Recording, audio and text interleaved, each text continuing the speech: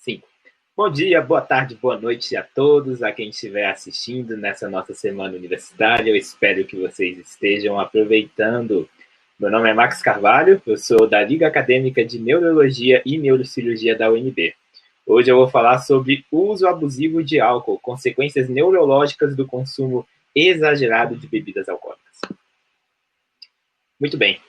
Então, antes de falar propriamente dos efeitos que as bebidas alcoólicas têm em seu corpo, eu gostaria de compartilhar com vocês alguns dos dados relacionados ao consumo de bebidas alcoólicas. Então, álcool, na verdade, refere a vários compostos químicos diferentes, mas quando a gente se trata do álcool para o consumo, a gente se refere ao etanol. Então, o etanol é o álcool que é utilizado para se fazer as bebidas alcoólicas. E a partir daí, você pode fazer ou a fermentação, que dá origem à cerveja, ao vinho, ou a destilação, que dá origem a bebidas como a vodka ou o whisky. Então, essas são bebidas alcoólicas, são bebidas feitas por fermentação ou destilação que contêm etanol em sua composição. 44,5% da população mundial acima de 15 anos foi consumidora de bebidas alcoólicas em 2016, dados da OMS em 2018.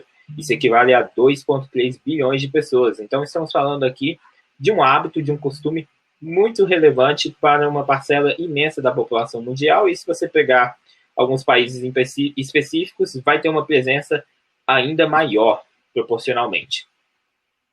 É também, isso é bem sabido, um fator muito importante de mortalidade. As bebidas alcoólicas foram responsáveis por 3 milhões de mortes no mundo em 2016. Isso foi equivalente a uma morte a cada 10 segundos por causas atribuíveis ao álcool.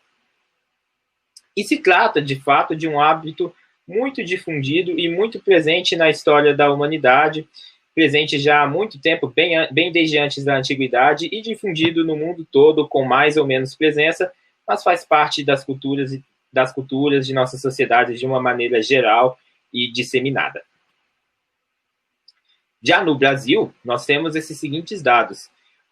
A parcela da população que podia ser caracterizada como estando em consumo abusivo de álcool foi de 15,7% em 2006 e de 18,8% em 2019. Segundo a Pesquisa Nacional de Saúde de 2013, 40,4% das pessoas consumiam bebidas alcoólicas. Então, vocês veem que é um dado parecido em relação ao dado mundial. E 13,7% dessa pesquisa relataram consumo abusivo. A mortalidade atribuível ao álcool foi de 12,3 mortes a cada 100 mil habitantes em 2013 e 10,6 mortes por 100 mil habitantes em 2018. A gente tem qual é o extrato, qual é a parcela da população que está mais associada ao abuso de álcool. São os homens jovens e adultos, de etnia negra ou parda, e normalmente de maior escolaridade. Então, esses são os mais esperados estatisticamente a estarem associados a esse comportamento de consumo abusivo de bebidas alcoólicas. Muito bem, vamos começar a falar sobre o que o álcool faz no seu corpo. Vamos dar uma pincelada geral no corpo todo e depois a gente vai começar a falar sobre os efeitos neurológicos. Então, isso é bem sabido, o álcool ele é uma substância que possui efeito no corpo inteiro. E ele vai, inclusive, em especial quando associado ao consumo abusivo, excessivo de álcool, está ligado como um fator de risco para doenças em todos os sistemas do corpo, em praticamente todos os órgãos do corpo. Você pode ter úlceras, lesões no estômago, principalmente, o álcool agride muito o estômago. Mas o fato é, você vai ter etilistas, você vai ter pessoas que bebem muito e não ficam doentes. Você vai ter pessoas que, por pouco beberem, podem sim desenvolver doenças. E você vai ter pessoas que são etilistas e vão desenvolver doenças muito sérias. Os indivíduos reagem de maneira diferente ao álcool. E a gente deve atribuir ao álcool também as mortes associadas ao acidente de trânsito, quando você está alcoolizado. Esse também é um efeito do álcool. Então, muito do efeito do álcool vai depender de como você encara, de como as pessoas ao seu redor encaram e de como isso está presente na sua vida e na sua rotina. Sobre o fígado, a gente tem o seguinte. O álcool, o etanol, para ser mais específico, ele é metabolizado no fígado. O que isso quer dizer? Isso quer dizer que ele, assim como a glicose, assim como a gordura, ele também consegue ser quebrado de forma a gerar energia. Então, o fígado consegue fazer isso com o etanol, especificamente com o etanol. Só que qual é o grande problema disso? O grande problema disso é que na medida em que você faz esse processo, você causa muito dano ao seu fígado. Por isso, ele não é como a glicose ou como as gorduras, nada disso, porque esses nos nutrem, mas não são tóxicos para o fígado. E esse é o caso do álcool. Na medida em que o fígado tenta quebrar o álcool, gerando nutrição nesse sentido, a oxidação resultante desse processo acaba levando ao dano no fígado. E por conta do fígado ser responsável, por dentre outras tantas coisas que esse órgão incrível é responsável, por sintetizar gordura e exportar gordura para o resto do corpo, acaba que o álcool ele faz com que as estruturas responsáveis pela exportação da gordura para fora do fígado fiquem danificadas. Isso leva ao acúmulo de gordura no fígado, que a gente chama o termo técnico de esteatose hepática.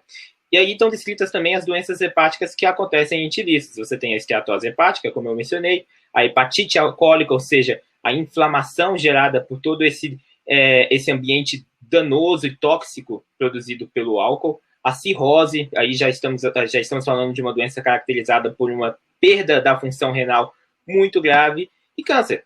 Câncer é um agravo muito comum em pacientes cirróticos. Agora, é evidentemente que nem toda pessoa que consome bebidas alcoólicas vai ter agravos relacionados ao fígado. Isso vai depender muito do quanto você bebe, por quanto tempo você tem bebido. Então, é evidentemente que se você for um etilista, mas se você só começou a beber muito há poucos dias, você provavelmente não vai ter muita coisa acontecendo. Precisa de um certo tempo. As mulheres são mais suscetíveis, apesar de epidemiologicamente, quer dizer, estatisticamente, elas não serem a população mais associada a esse hábito. Esse é um hábito de risco muito associado ao sexo masculino. Claro, você tem fatores genéticos e metabólicos que vão influenciar também no desenvolvimento de complicações relacionadas ao fígado. Se você é obeso, certamente isso já causa muito estresse ao seu fígado, vai ser importante também. Se você tem uma hepatite viral, aqui no slide fala do vírus da hepatite C, isso também vai ser um fator de risco muito importante. Então, o contexto do seu corpo e do seu ambiente também vai influenciar se você vai desenvolver alguma complicação do fígado associado ao consumo de álcool. Quanto à prevenção, é evidente que para você parar de desenvolver essas complicações do fígado, ou até para você tratar a abstinência, é fundamental. E você deve, basicamente, parar para que você impeça o dano que você está promovendo no fígado, porque o fígado, em especial quando ele não está na fase cirrótica, ele tem uma capacidade de regeneração muito impressionante.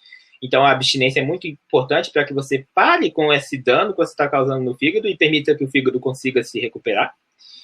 E assim você consegue, em pacientes, dependendo da doença que eles têm, aumentar bastante o tempo de vida que eles têm. Mesmo em pacientes cirróticos, em que a regeneração já é algo muito mais limitado, você parar com o dano associado ao álcool já vai melhorar muito a vida do paciente normalmente.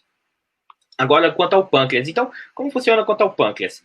O consumo do álcool também é tóxico para o pâncreas, o etanol também é tóxico para o pâncreas, e ele acaba promovendo ali a pancreatite. A pancreatite funciona o seguinte: o pâncreas, uma das funções dele é conter várias enzimas digestivas.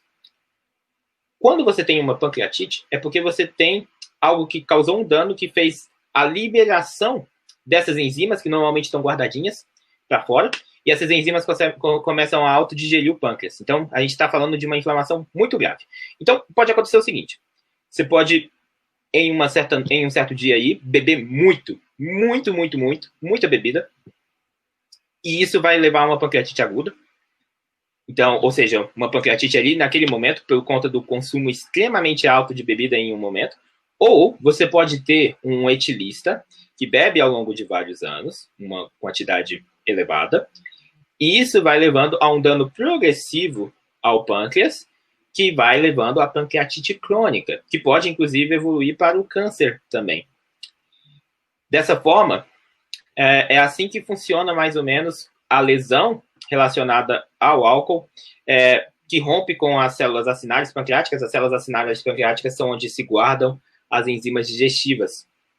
Os fatores de risco são parecidos com relacionados aos agravos do fígado. Você tem a quantidade e o tipo de álcool ingerido. Tabagismo é um fator de risco para desenvolver pancreatite por si só. Fatores hereditários associados a isso e intolerância às gorduras.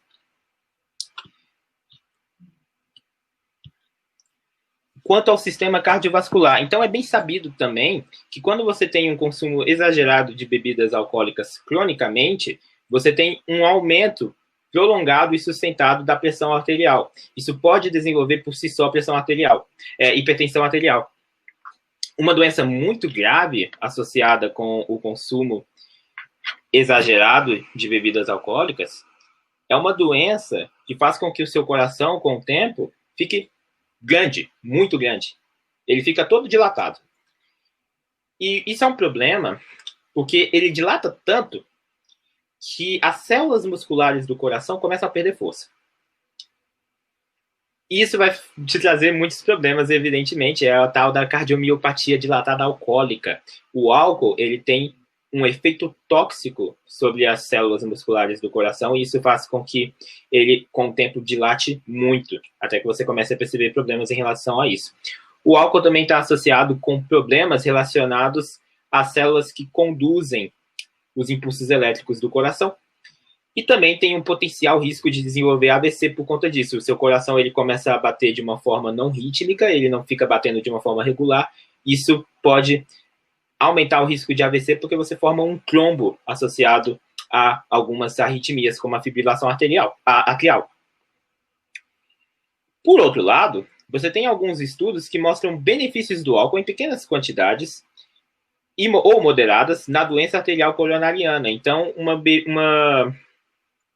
uma ingesta de álcool pequena moderada poderia prevenir que você desenvolva doenças ateroscleróticas, por exemplo, formação de placa aterosclerótica no seu coração, nas artérias do seu coração.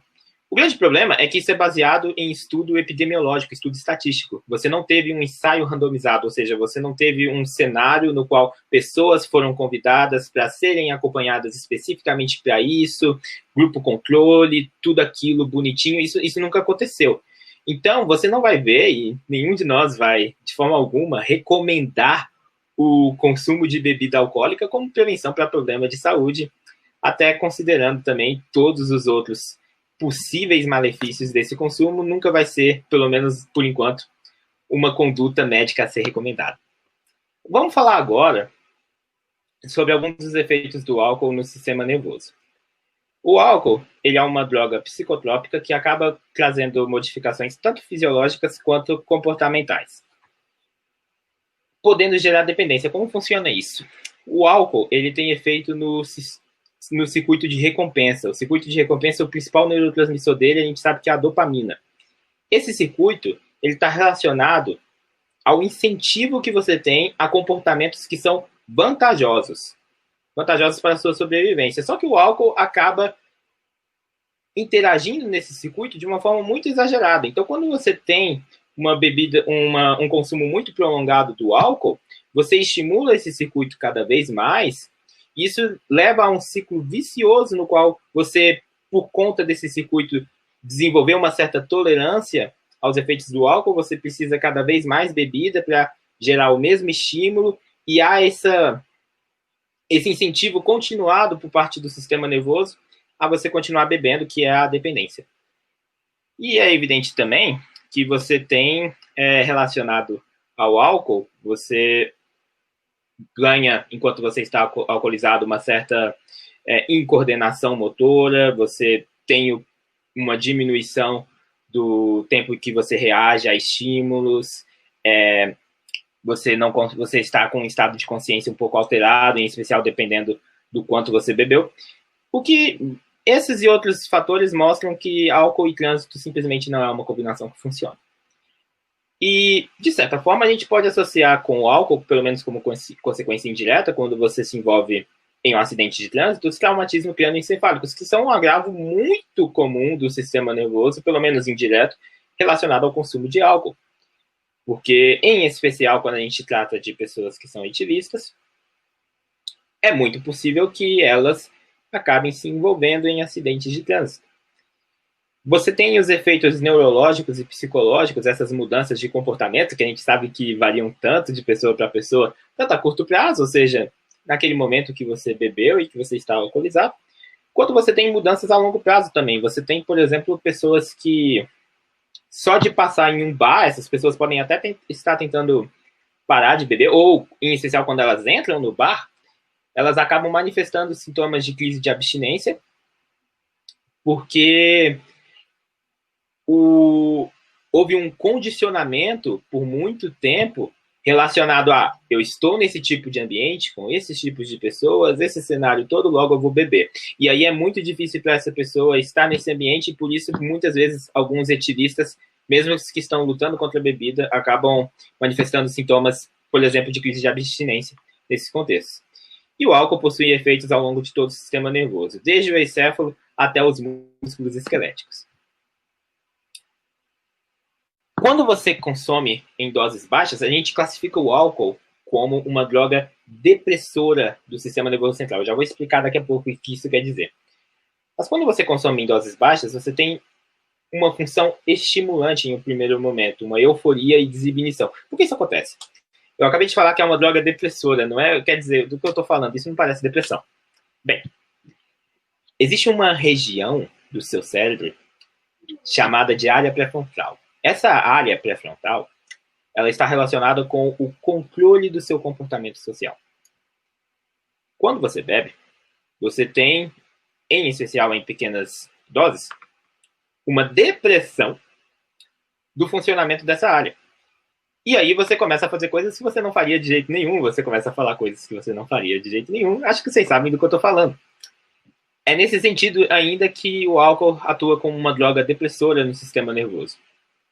E por isso, pelo menos nesse primeiro momento, você tem aquela sensação de ficar um pouco mais alegre quando você começa a beber. Já em doses elevadas, você tem uma perda de controle motor, e aí eu acredito que vai fazer mais sentido ter chamado o álcool de uma droga depressora do sistema nervoso central, e sedação. Você pode até mesmo entrar no que a gente chama do famoso coma alcoólico. Você perde completamente o estado de consciência, perde completamente a capacidade de responder a estímulos. Então, explicando um pouco mais sobre isso do álcool como sendo uma droga depressora do sistema nervoso, isso que eu vou explicar agora explica, na verdade, até esse raciocínio, outras doenças que afetam o sistema nervoso. No sistema nervoso normal, você tem o equilíbrio de neurotransmissores, né, as substâncias químicas que são liberadas nas sinapses dos neurônios. Você tem um equilíbrio entre os neurotransmissores excitatórios, ou seja, aqueles que incentivam o neurônio que vem depois da sinapse a transmitir mais impulso. E você tem os inibitórios, os que incentivam o neurônio depois da sinapse a transmitir menos impulso. Você tem um equilíbrio que permite com que as funções do sistema nervoso, as funções nervosas, funcionem com a devida intensidade nos contextos certos e nos momentos certos, respondendo aos estímulos corretos nos momentos corretos. Agora, o álcool, ele desregula essa balança. E como ele é uma droga depressora, ele faz com que as neurotransmissões inibitórias sejam privilegiadas em relação às excitatórias. Elas ficam suprimidas em relação às inibitórias. E você tem consequências relacionadas a isso, que foram as que eu expliquei anteriormente. Agora, para continuar explicando mais sobre o efeito do álcool no sistema nervoso e algumas das doenças do álcool no sistema nervoso, eu convido o meu colega Arthur. Ele vai continuar aqui esse vídeo com vocês. Tudo bem? Até a próxima, pessoal. Obrigado, Max. Obrigado pela brilhante apresentação. E como o Max falou, agora eu vou apresentar uma parte que está relacionada a como o álcool age no sistema nervoso e o que isso ocasiona no sistema nervoso, não é mesmo? E um dos mecanismos, dentre o mecanismo geral que o Max explicou já brilhantemente, é que o álcool ele inibe receptores nas células do hipocampo, receptores esses de neurotransmissores, de alguns neurotransmissores, e isso gera um prejuízo tanto no processo de aprendizagem como no processo de formação da memória, como nós vamos falar em algumas das doenças a seguir. Ele também aumenta a ação de um neurotransmissor chamado de GABA, que é um neurotransmissor inibitório e que inibe a ação de um neurotransmissor excitatório, que no caso é o glutamato. Então, o álcool, como já disse, ele é uma droga depressora do sistema nervoso central, e dentre esses efeitos de aumentar a ação de GABA e diminuir a ação de glutamato, nós temos como consequências diminuição da ansiedade e relaxamento do organismo. E em grandes quantidades, nós vemos esse efeito de depressão do sistema nervoso central, mais evidentemente, como o coma alcoólico, a hiporreflexia, que é a pessoa não consegue reagir aos estímulos, que, como o Max disse muito bem, é um problema no trânsito, então, por isso que dirigir e beber é um problema. Depressão respiratória, então, um dos efeitos graves do uso abusivo de álcool é a dificuldade respiratória, até a falência respiratória e o aumento da pressão arterial. É necessário ressaltar que em grandes quantidades nós vemos esse sintoma de depressão, mas é justamente essa questão da diminuição da ansiedade e relaxamento do organismo que gera a euforia vista com o uso de álcool. E o uso crônico, ele traz essas perdas cognitivas importantes que nós já citamos aqui, e uma perda de massa cortical e aumento do volume ventricular, que gera uma demência irreversível. O que significa? Perda de massa cortical é a perda da superfície dos neurônios. Então, seria a perda dos corpos de neurônios que levaria a essa demência, ok?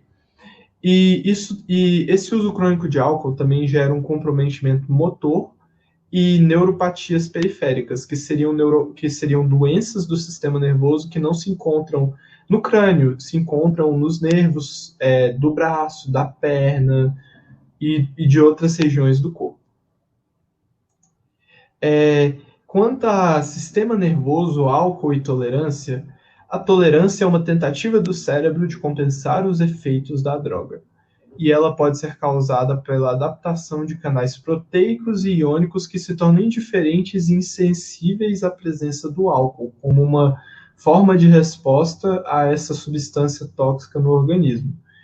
E é esse mecanismo de adaptação que faz com que, uma vez ele esteja instalado, o consumidor de álcool tem que aumentar a ingestão da bebida para ter os mesmos efeitos. Então, o mesmo efeito de euforia do álcool, de alterações nervosas que ele causa, para que isso aconteça novamente, o indivíduo tem que usar um valor maior da droga, porque ele cria uma resistência a ela. Em relação ao álcool e bem-estar, o álcool aumenta a atividade de neurônios dopaminérgicos, que são neurônios relacionados a vias do prazer e vias de recompensa do cérebro. Eles se encontram no sistema mesolímbico e geram liberação de dopamina num lugar chamado núcleo accumbens. E essa liberação de dopamina que gera o bem-estar do álcool, a euforia. O alcoolismo também ele é uma doença crônica e progressiva, que o uso abusivo de álcool constantemente ele compromete não só o desempenho social da pessoa e também a coordenação dessa pessoa a exercer as atividades.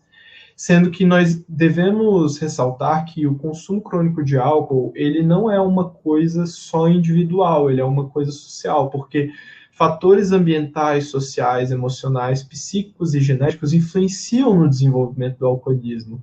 Porque em sociedades diferentes nós temos padrões de consumo de álcool diferentes, e dependendo do estilo de vida de cada um, do contexto de vida daquela pessoa, ela tem um consumo alcoólico diferenciado.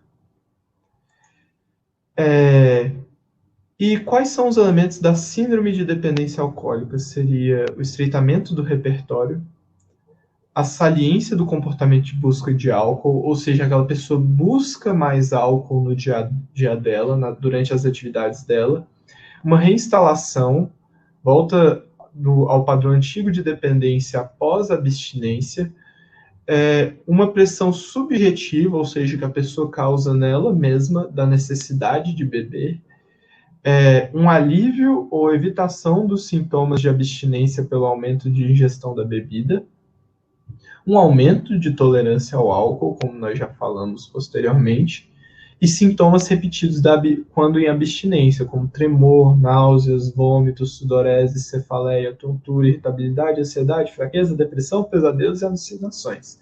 Vários sintomas esses que estão relacionados à abstinência alcoólica. E agora nós vamos falar um pouco das doenças relacionadas ao uso abusivo de álcool, sendo que a primeira doença é a pellagra. E qual é a definição da pellagra? É uma doença metabólica que ocorre em pacientes desnutridos pelo uso de álcool, porque uma característica dessas doenças que nós vamos falar agora, que acometem o sistema nervoso, é que o álcool gera um quadro, por atacar o fígado e demais estruturas, ele gera um quadro de desnutrição nos usuários de álcool. Então, esse paciente que faz uso crônico de álcool, uso abusivo de álcool, ele tem uma deficiência de niacina, que é a vitamina B3. Associado a isso, geralmente ele também tem uma dieta pobre em vitamina B3 e um quadro de desnutrição associado a esse uso abusivo de álcool, o que faz com que ele tenha uma reserva muito baixa de vitamina B3 no organismo. E a vitamina B3 ela é importante para a síntese e metabolismo dos carboidratos, ácidos graxos e proteínas. Então, a etiologia da pellagra, a origem da pellagra é de um consumo excessivo de álcool como uma das possibilidades da origem dessa doença e de possíveis danos ao trato digestório causados pelo consumo de álcool. Isso faz com que a niacina, vitamina B3, seja mal absorvida. Então, geralmente, ao quadro de desnutrição e dieta pobre em vitamina B3, essa pessoa ainda tem um quadro de má absorção dessa vitamina pelo uso abusivo de álcool. E a falta dessa vitamina leva a um quadro de demência, sendo esse um dos possíveis quadros dessa doença, sendo que os sintomas iniciais normalmente são insônia, irritabilidade e apatia. Pode evoluir para confusão mental, então aquela pessoa tem dificuldade em discernir onde ela está, em articular as ideias dela, diminuição da capacidade da memória dela, essa pessoa pode também ter alucinações e psicose. E diversas estruturas encefálicas, ou seja, de dentro do crânio, acima da medula espinhal, tronco encefálico, cerebelo e cérebro, várias dessas estruturas são afetadas. Uma das consequências também comuns da pellagra são as lesões descamativas e pigmentadas nos braços e dorso da mão.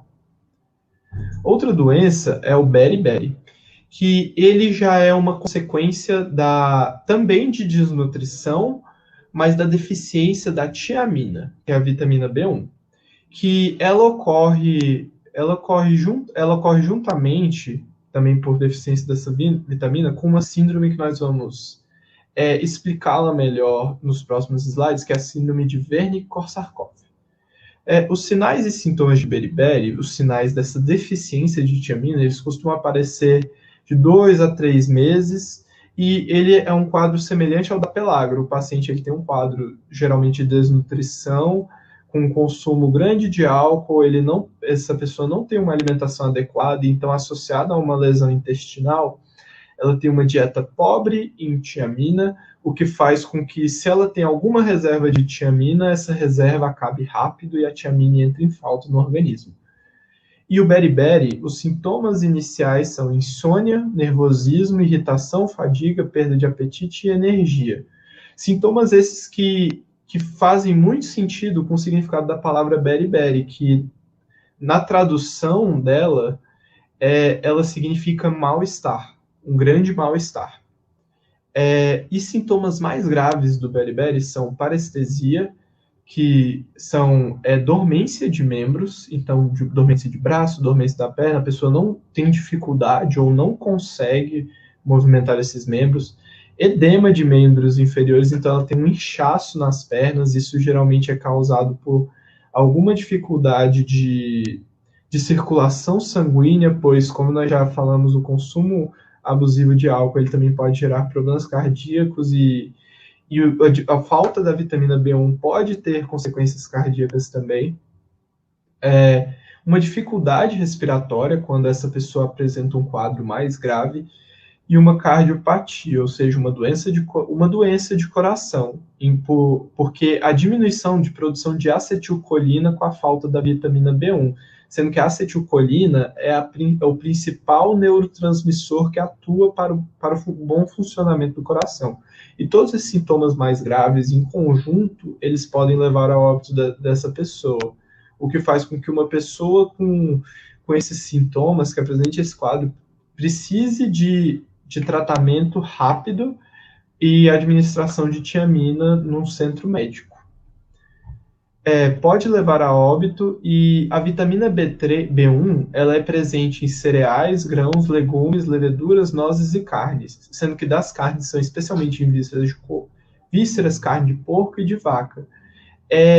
O risco para grupos que sofrem de desnutrição em grupos de alta demanda metabólica, o que significa? Significa que pessoas que já sofrem um quadro de desnutrição têm um risco maior de desenvolver beriberi, pela falta da vitamina B1, mas essas pessoas que sofrem de desnutrição, não necessariamente o quadro delas está relacionado ao álcool. Isso é muito importante ressaltar. Beriberi não é uma condição só causada pelo uso de álcool, mas o uso abusivo de álcool intensifica e aumenta as chances de que essa condição ocorra. Grupos de alta demanda metabólica, eles também podem sofrer com beriberi. Então, grupos que fazem muito esforço físico e no metabolismo deles gasta muito tiamina associada a uma alimentação que não repõe tiamina, possivelmente também uma gravidez em que há o consumo de tiamina e por algum motivo a gestante não tem uma dieta rica em tiamina, ou ela não tem uma reserva grande em tiamina, pode desenvolver esse quadro sem necessariamente ser relacionado ao uso de álcool, mas a relação com o etilismo crônico existe justamente no fato de que o etilismo crônico ele vai fazer com que a pessoa tenha uma deficiência de tiamina, se os cuidados não forem tomados. E outro quadro relacionado à deficiência de tiamina é a encefalopatia de Wernicke, que é um quadro também de insuficiência do metabolismo dessa vitamina, em que há lesão em estruturas nervosas, como os corpos mamilares, que se encontram logo inferiormente ao cérebro, o tálamo, que se encontra associado ao cérebro, e outras estruturas nervosas craniais.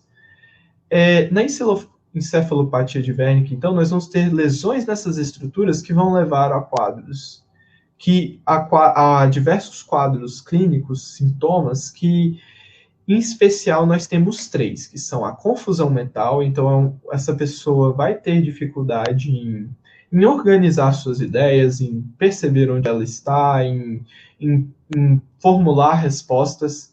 Oftalmoparesia, então ela vai ter uma dificuldade de movimentação dos olhos, uma dificuldade visual, ela não vai ter controle adequado do movimento ocular, e a ataxia, que é uma perda de coordenação motora, que ela se traduz principalmente na dificuldade da marcha, ou seja, essa pessoa vai ter uma dificuldade ao andar, pois ela não vai conseguir fazer movimentos organizados de marcha.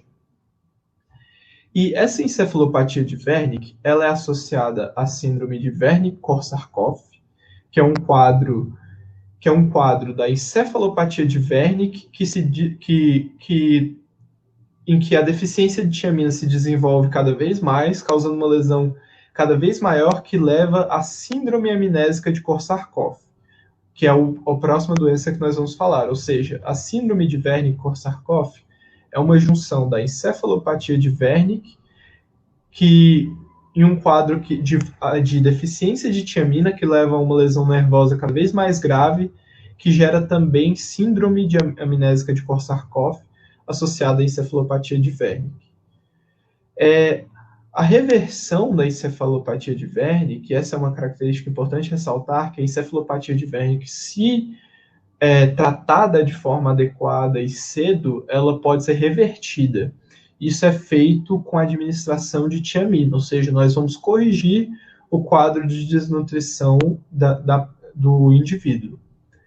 E essa síndrome amnésica de Korsakoff, ela é uma lesão também nos corpos mamilares por ingestão excessiva e contínua do álcool. Só que nesse caso, a lesão é grande e ela é praticamente irreversível, porque há o comprometimento do chamado circuito de Papez, que ele é formador de novas memórias, ou seja, a pessoa tem uma chamada amnésia anterógrada, que significa que esse indivíduo, no momento em que ele desenvolve síndrome amnésica de Korsakoff, ele não consegue formar novas memórias. Ele apenas retém as memórias antigas. Sim, os sintomas são essa amnésia anterógrada, confabulação, a pessoa inventa coisas que ela viu, mais os sintomas de encefalopatia de Wernicke que já existiam antes. Ela é associada, então, como nós já ressaltamos, à cronificação e progressão dessa encefalopatia de Wernicke, sendo que as complicações dessa síndrome amnésica são estupor, coma e, eventualmente, óbito. O tratamento é o mesmo, praticamente, da encefalopatia de Wernicke e do beriberi. Nós vamos corrigir a deficiência de tiamina. Então, nós administramos tiamina via intravenosa ou intramuscular. Isso é feito em um centro médico, ou seja, injetando tiamina na veia ou dentro do músculo, seguida de uma suplementação oral diária, ou seja, além da administração imediata em centro médico, nos dias que se seguem, a pessoa precisa ter uma suplementação dessa vitamina na dieta dela. E sobre esse circuito de Papez que forma novas memórias, como a síndrome amnésica de Korsakoff ocorre?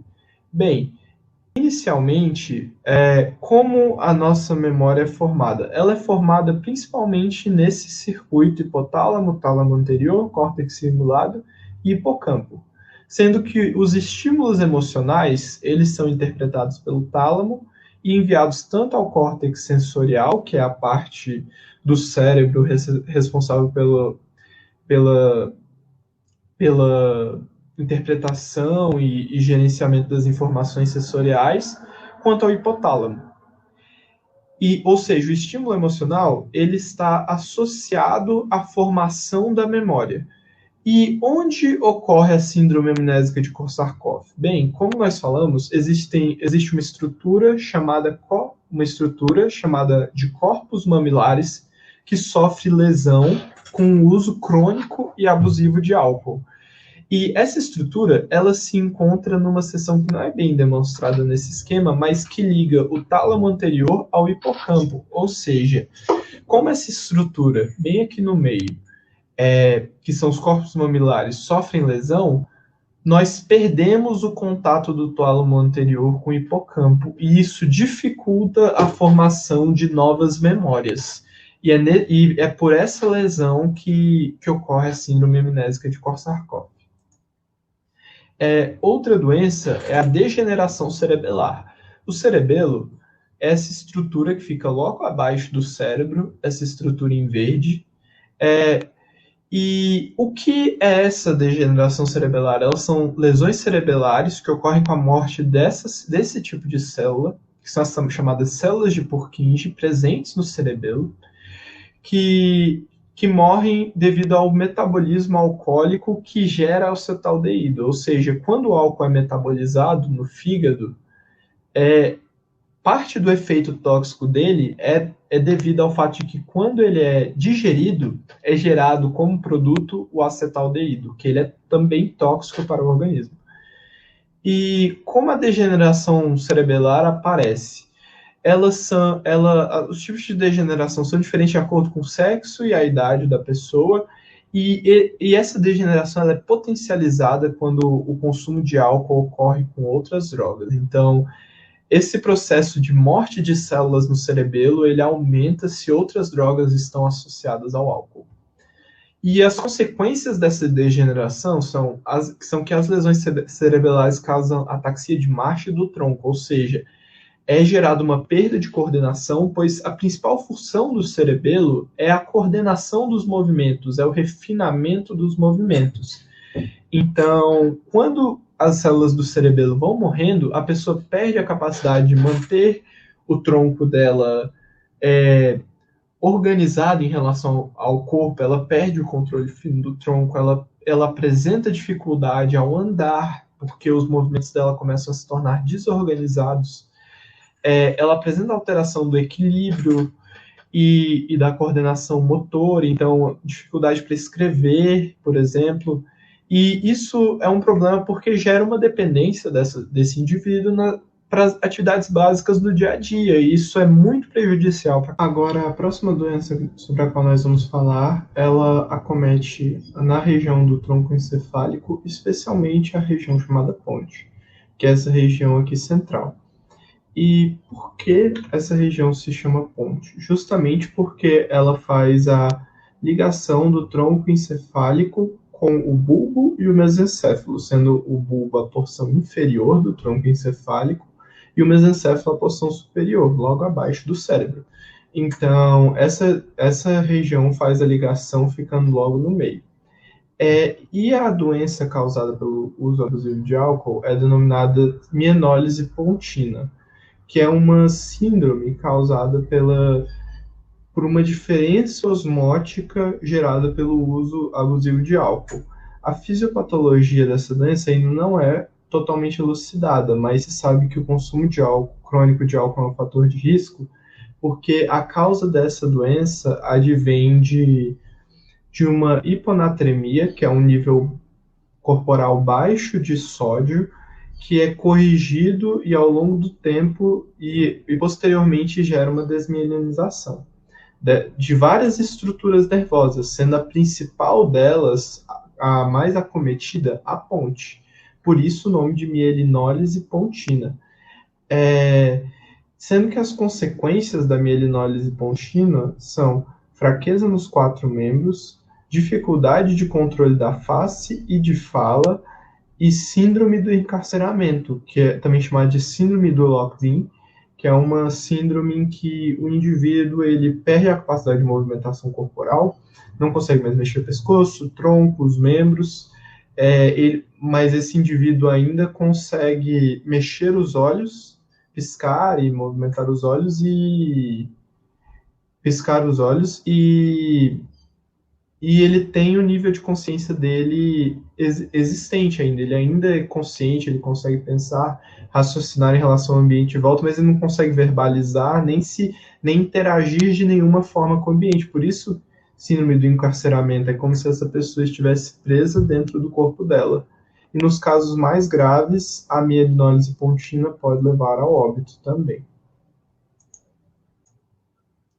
E, por último, nós temos a polineuropatia alcoólica, que é uma doença também associada a esse uso abusivo de álcool, e é uma doença em que nós temos disfunção de vários nervos periféricos em todo o organismo. Nervos periféricos são aqueles nervos que não estão no cérebro ou na medula, mas são aqueles nervos como o nervo isquiático, por exemplo, que estão nos membros que ligam as estruturas nervosas centrais, como as estruturas do crânio e da medula espinhal aos músculos e outros órgãos corporais, sendo que a ingestão excessiva de álcool leva a disfunções de dieta e absorção de vitaminas do complexo B, muito semelhante à encefalopatia de Wernicke, síndrome amnésica de Korsakoff e Beriberi. Então, nós vamos ter um problema de absorção de vitaminas desse complexo, que vai levar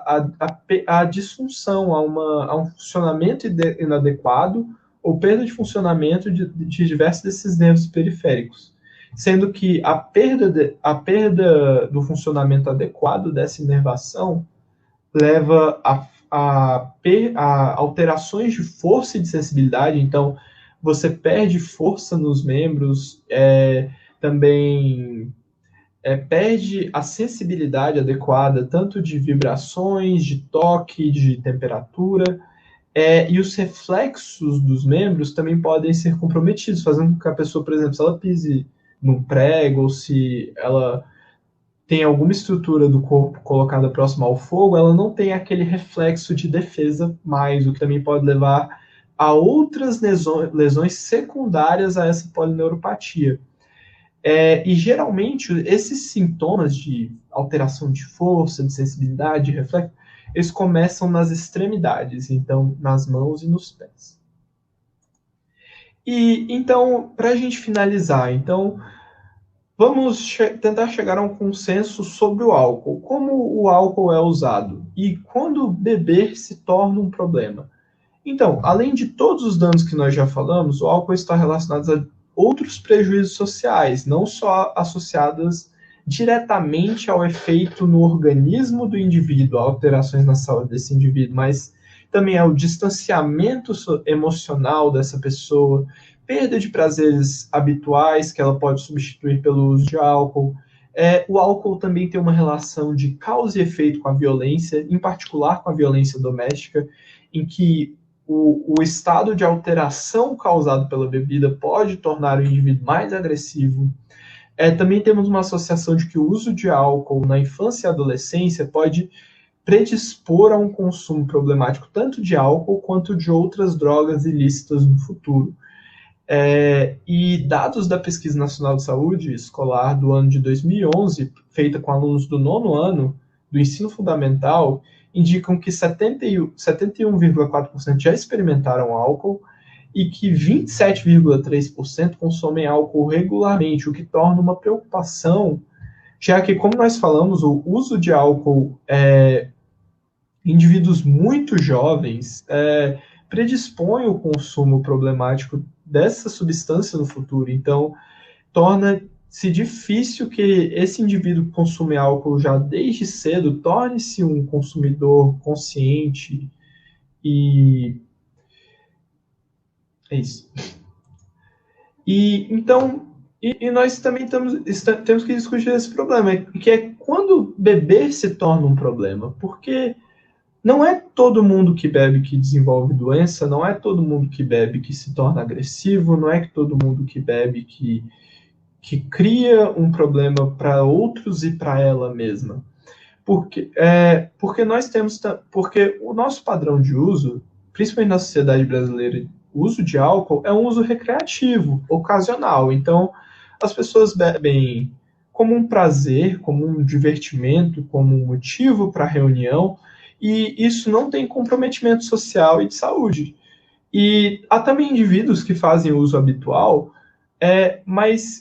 porque esse álcool faz parte do cotidiano da pessoa, mas isso não necessariamente traz prejuízo, porque a pessoa não toma doses exageradas, faz um uso habitual, mas não é diário, muitas vezes, esse uso, porque o problema do álcool é quando esse uso é nocivo, que é quando tem um dano na saúde física e mental e causa consequências sociais diversas, tanto para o indivíduo que usa, quanto para os indivíduos em volta dele, que é o consumo, uso exagerado, é o uso crônico, e a dependência é uma dessas consequências desse uso abusivo, ok? Que é quando há um desejo forte de consumir e um estado de abstinência fisiológica.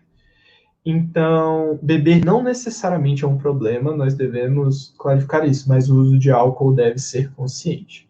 E é por isso que nós fizemos esse vídeo expondo várias doenças, para que constantemente nós nos lembremos dos perigos que o álcool fornece, para que nós possamos nos tornar consumidores mais conscientes. Essas são as nossas referências. Elas também se encontram aqui abaixo na descrição do vídeo, e nós esperamos que vocês tenham gostado.